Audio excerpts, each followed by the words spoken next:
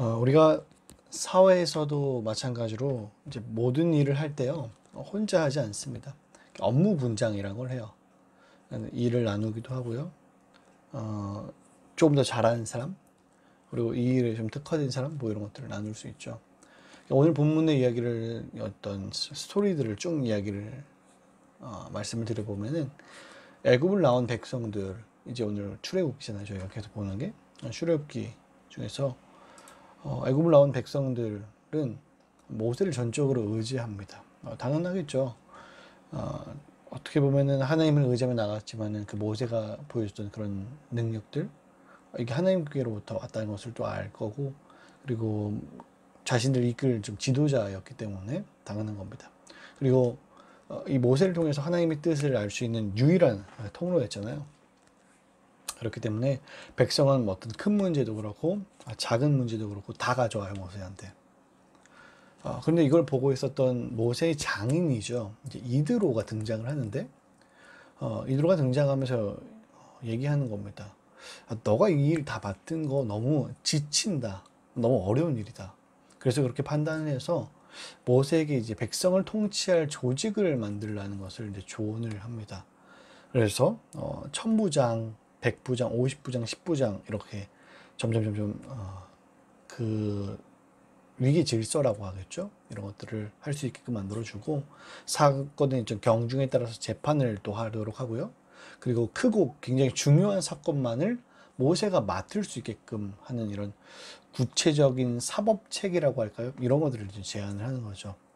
특히 이제 이드로가 제안했던 것 중에 하나가 능력과 덕성을 갖춘 지도자, 그러니까 좀 그런 부분에 탁월한 사람을 뽑으라고 얘기하는 겁니다.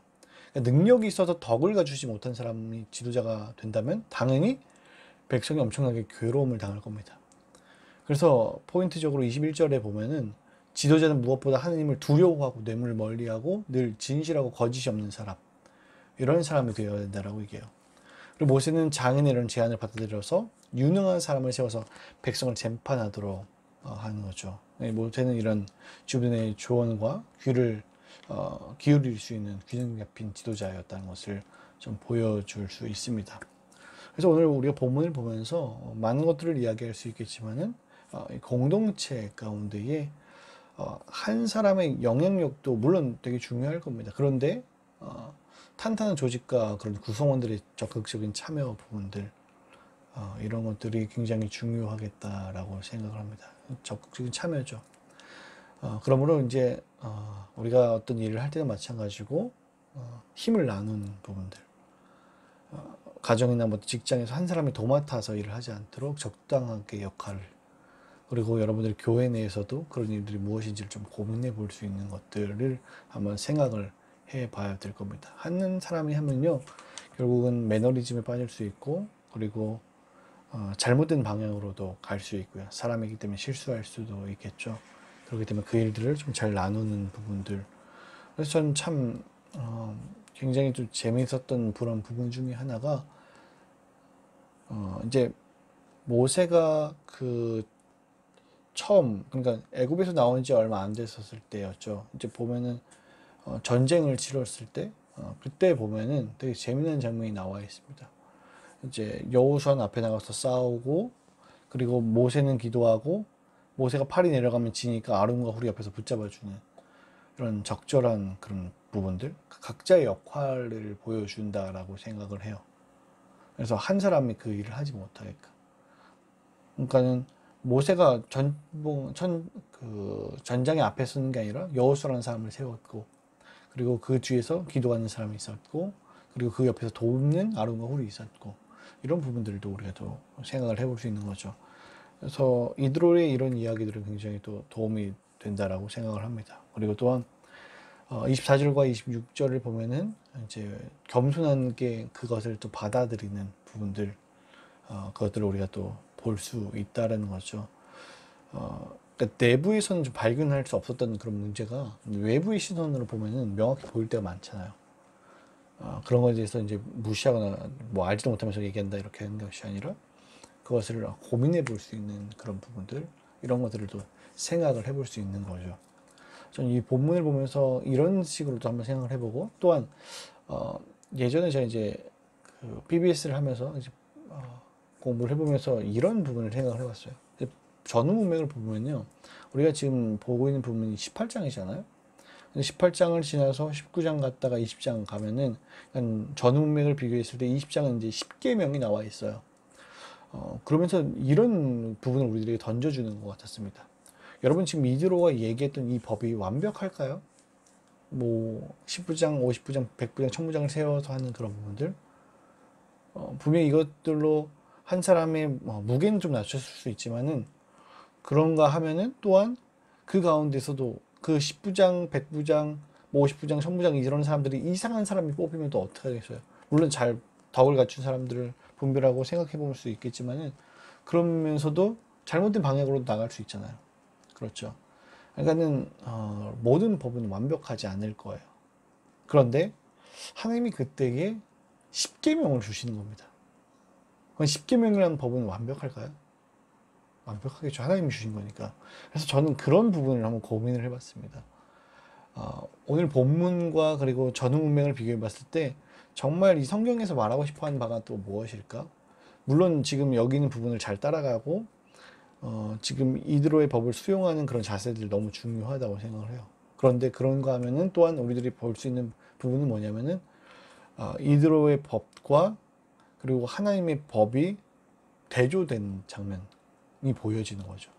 그러면서 인간의 법으로는 완벽하게 할 수 없는 이 부분을 그 하나님의 법인 10계명을 통해서 설명하는 겁니다. 그 10계명의 핵심이 뭐냐면 하나님 사랑과 이웃 사랑이에요. 하나님 사랑과 이웃 사랑이라는 그것을 가지고 바르게 10부장과 50부장과 100부장, 1000부장을 세워서 경중에 따라 재판도 하고, 그리고 이를 분배하기도 하고, 균형이 잡히도록 서로가 서로를 세워주는 이런 장면들을 볼 수 있지 않을까, 이런 식의 우리가 한번 생각을 한번 해봤습니다.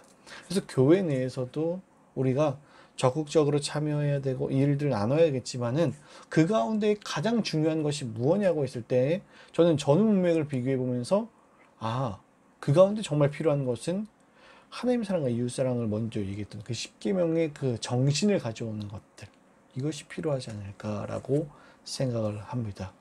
그러니까 오늘 이 본문에서 말하고 싶어하는 이런 적극적인 참여들, 교회 내에서의 역할 분배들, 그리고 그 일들을 말했던 이드로의 그런 의견들을 묵살하지 않는 자세의 기반이 뭐냐라고 했을 때 하나님 사랑과 이웃 사랑이라는 이 주축을 놓지 않고 이 일들을 따라가는 것, 이것이 우리들에게 굉장히 중요하다라는 거죠. 그랬을 때에 그들이 정말로 하나님을 두려워하고 자기 분야에 유능하기도 하면서 이 유능한 것을 내가 좀 잘하는 부분들, 이 달란트를 무엇을 위해서 섬기는가? 하나님 사랑하기 때문에 이웃을 사랑하고, 그 이웃을 사랑하기 때문에 서로 나눌 수 있는 거죠. 그러니까 이런 가치관을 온전히 가지고 이 일들을 따라가는 것, 저는 이 부분이 너무나도 중요하다라고 생각을 합니다. 그래서 우리가 교회 내에서 사역을 하고 감당할 때에도 우린 일 중독자가 아니에요. 내가 모일든 일을 다 할 수 없습니다. 나눠야겠죠. 그런데 나눠야 되는데 이 나누면서 이 50부장, 100부장, 1000부장으로 나눴던 것처럼 우리가 일을 나누면서 고민해 봐야 되는 것은 뭐냐라고 했을 때 내가 이 일을 하고 있는 동기는 무엇인가? 여러분들이 지금 교회 내에서도 많은 사역들이 있고 이것을 나누고 있잖아요. 이걸 하는 이유가 뭐냐고요. 동기가 뭐냐고요. 이 부분을 명확하게 따라가고 있어야 된다는 거죠. 하나님 사랑과 이웃 사랑을 섬기고 그 일을 나누기 위해서 한다라는 정확한 지침과 방향이 있었을 때 이 일들이 가능하다라고 생각을 합니다. 그랬을 때에 이드로가 지금 얘기했던 삶의 방식과 방향을 가르쳐 주는 것들, 그리고 정말로 필요한 부분이 무엇인지를 사랑하는 것들, 이런 것들이 도움이 된다라고 생각을 하는 거죠. 그래서 여러분들 우리들의 삶을 한번 더 고민해 보면서 오늘 하루도 시작했으면 좋겠습니다. 오늘 추석 민족 대이동을 맞아서 여러분들 각자의 처소에서, 그리고 또한 아마 차 안에서도 이 얘기를 들으실 거라고 생각을 해요. 그러면서 한번 고민을 해봤으면 좋겠습니다. 여러분들이 여러분들의 가족들, 친척들을 섬겨야 하는 이유, 그리고 가정 내에서도 이 역할 분담을 해야 하는 이유는 무엇일까요? 오늘 본문에서 말한 것처럼, 그리고 전후 문맥을 비교해 봤을 때 그 하나님 사랑과 이웃 사랑을 섬기고 나누기 위함이다 라는 부분을 여러분 잊지 않았으면 좋겠습니다. 그래서 여러분들이 가지고 있는 적극적인 것을 가지고 필요한 부분을 가지고 섬길 수 있는 그런 건강한 가정이 되었으면 좋겠습니다. 기도하겠습니다. 사랑이 많으신 아버지 감사합니다. 아무리 뛰어난 사람이라고 해도 혼자 모든 일을 감당할 수 없겠죠. 그렇기 때문에 이것은 나누면서 그 일들이 시작된다라고 생각을 합니다. 각자가 잘하는 부분을 가지고 섬길 수 있게 인도하여 주시고 그 섬김을 가지고 나눌 수 있는 건강한 공동체가 되게 앞서서 그 일들은 결국은 하나님 사랑과 이웃 사랑이라는 거대한 기둥을 두고 한다는 것을 명확하게 기억하게 도와주시고 우리가 해야 할 이유가 내 잘남을 드러내기 위해서 이 일들 그리고 나를 이렇게 조금 더 높은 천부장으로 써줘라는 그런 가치관이 아니라 내가 가지고 있는 것들을 하나님이 주셨기 때문에 전적인 하나님의 은혜이기 때문에 나누지 않고는 살아갈 수 없습니다라는 믿음의 반응으로서 살아갈 수 있게 인도하여 주옵소서. 추석 명절 동안에 많은 어려움들과 그리고 차가 막히고 힘든 그런 시간들이 다가올 수 있습니다. 그렇게 다가올 때에 우리들의 가치관이 무엇인지 기억하며 나는 그리스도인이라는 그 정신을 가지고 서로 사랑하며 섬길 수 있는 믿음의 사람들이 다 될 수 있게 인도하여 주시옵소서. 감사합니다. 예수님의 이름으로 기도합니다. 아멘.